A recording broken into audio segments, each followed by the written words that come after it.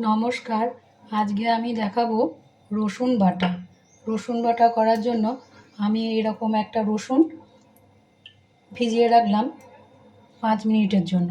5 minute পর আমি ফিরে আসব। 5 মিনিট পর আমি ফিরে এসেছি। রসুনগুলোকে আমি এইভাবে ছাড়িয়ে নিয়েছি। জলে ভিজিয়ে রাখলে রসুনটা ছাড়াতে খুব সুবিধা হয়।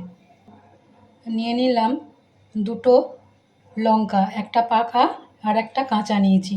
রঙটা বেশ ভালো আসবে, সেই জন্য আপনারা চাইলে দুটোই সবুজ লঙ্কা নিতে পারেন। এবার আমি শিলের মধ্যে সামান্য সর্ষে নিয়ে নেব। নিয়ে নিলাম সর্ষে। এই ছোট দানার সর্ষেটা আপনারা নেবেন, যে যেমন সর্ষে খাবেন সেই রকম নিয়ে নেবেন। নিয়ে নিলাম রসুন আর এই দুটো লঙ্কা। এবার এটাকে শিলে আমি পেস্ট করে নেব।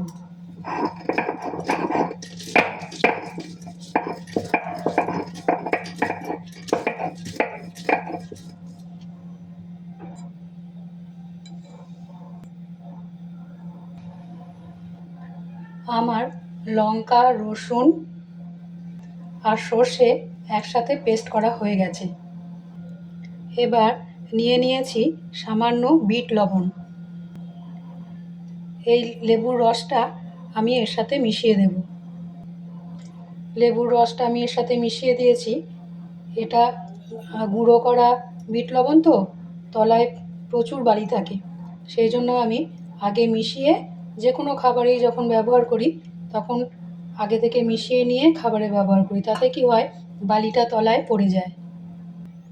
বিট লবণ আর লেবুর রসটাকে খুব ভালো করে মিশিয়ে নিতে হবে, তা নাহলে তলায় বালিগুলো পড়ে যাবে না। লেবুর রস আর বিট লবণের জলটা আমি এতে নিয়ে নিয়েছি।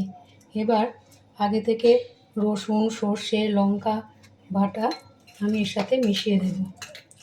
আপনারা চাইলে এমনি নুনও নিতে পারেন, কিন্তু বিট লবণ নিলে একটা চটপটা ভাব আসে। দিয়ে দিলাম সর্ষের তেল। এটা ভালো করে মিশিয়ে খাবার আধ ঘন্টা আগে এটা তৈরি করে রাখবেন, বেশ মজে যাবে। এটা সর্দি কাশি, তারপরে গায়ে হাতে ব্যথা খুব ভালো উপকার দেয়। আর তার থেকেও বেশি উপকার দেয় এই রসুন বাটা। পায়ে যে কুলাঁটি বা গুফো যেগুলো হয়, এই রসুন বাটা ভীষণ উপকার। ওই জায়গাটা ভালো করে পরিষ্কার করে নিয়ে বেটে ওটা লাগাতে হয়। একটু কষ্ট হয় প্রথমে, তারপরে ওটা আস্তে আস্তে আস্তে আস্তে এমন সেরে যাবে আর কোনো দিনও হবে না। হয়ে গেছে আমার রসুন বাটা।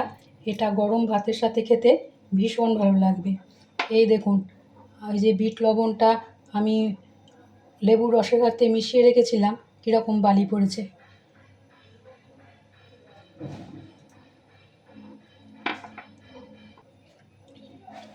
এবার একটু খেয়ে দেখি কীরকম হয়েছে। অসাধারণ হয়েছে। আপনারা খান, এটা রান্নাও করতে হবে না, গরম ভাতে ভীষণ ভালো লাগে। সমস্ত রকম রোগ, সর্দি, গায়ে ব্যথা, হাঁটুতে ব্যথা ভীষণ ভালো উপকার দেয়। আজকে তাহলে রাখি, আবার দেখা হবে।